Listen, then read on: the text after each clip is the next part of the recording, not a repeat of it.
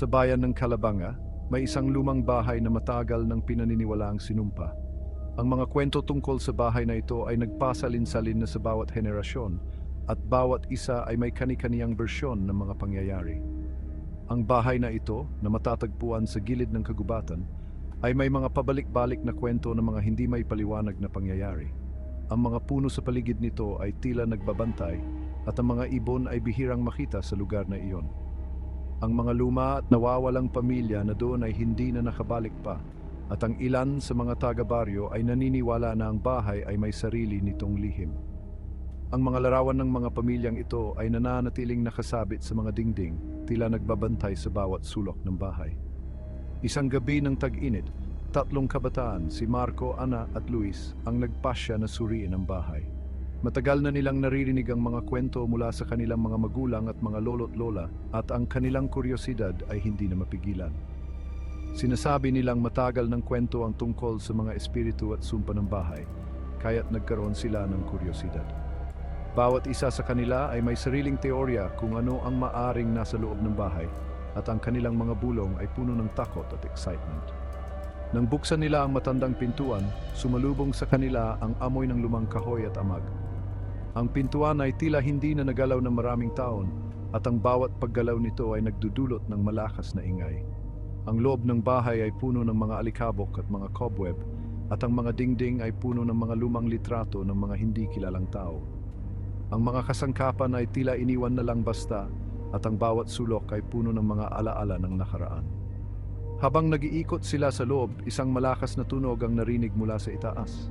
Ang tunog ay tila nagmumula sa isang bagay na mabigat na nahulog at ang kanilang mga puso ay nagsimulang magpintig ng mabilis.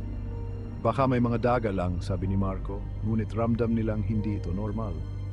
Ang kanilang mga mata ay nagkakatinginan at ang kanilang mga katawan ay nagsimulang manginig sa takot. Nagpatuloy sila sa pag-akyat sa hagdang bakal patungo sa itaas na palapag. Ang bawat hakbang ay nagdudulot ng ingay at ang bawat tunog ay tila nagbabadya ng panganib. Sa itaas, natagpuan nila ang isang pinto na bahagyang nakabukas. Ang pinto ay tila nag-aanyaya, ngunit may kakaibang pakiramdam na nagmumula dito.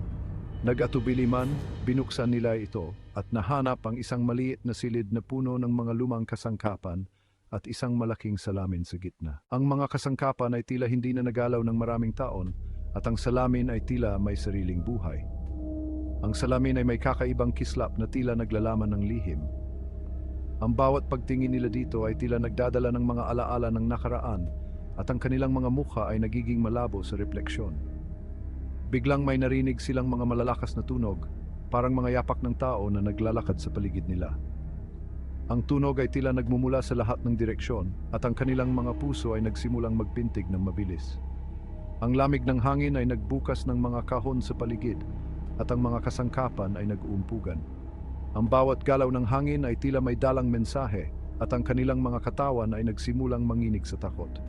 Si Ana, natatakot na, ay sumigaw nang makita ang isang anino sa salamin, isang babae na may mga luha sa kanyang mata na tila humihingi ng tulong.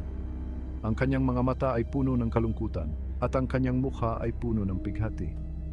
Ang mga anino sa salamin ay unti-unting nagbago ng forma, nagiging mga paboritong mukha ng mga tao mula sa nakaraan. Ang bawat mukha ay may sariling kwento at ang kanilang mga mata ay puno ng kalungkutan. Ang mga mata ng babae ay tila humihingi ng tulong, isang pahayag ng nagdaang trahedya. Ang kanyang mga luha ay tila naglalaman ng mga alaala ng nakaraan at ang kanyang mukha ay puno ng pighati. Napagtanto nila na ang lumang bahay ay naging tahanan ng mga espiritu na hindi makapagpahinga dahil sa isang sumpa. Ang bawat sulok ng bahay ay puno ng mga alaala ng nakaraan at ang bawat espiritu ay may sariling kwento. Nang mga sandaling iyon, nalamig silang tatlo at nagpasya na umalis agad. Ang kanilang mga puso ay puno ng takot at ang kanilang mga katawan ay nagsimulang manginig. Tumakbo sila palabas ng bahay, hindi na muling bumalik. Ang kanilang mga puso ay puno ng takot at ang kanilang mga katawan ay nagsimulang manginig. Hanggang ngayon, ang lumang bahay sa Calabanga ay nananatiling isang misteryo, isang paalala ng sumpa na sumasakit sa mga hindi nakakaalam ng kasaysayan nito. Ang bawat sulok ng bahay ay puno ng mga alaala ng nakaraan at ang bawat espiritu ay may sariling kwento. Kaya't kapag gabi sa Calabanga, mag-ingat ka sa malapit sa lumang bahay na iyon Dahil ang kanyang lihim ay nananatiling hindi nalalaman at ang sumpa ay maaring maghintay sa susunod na magtatangkang pumasok. Ang bawat hakbang ay maaring magdala ng panganib at ang bawat sulok ay puno ng mga alaala ng nakaraan.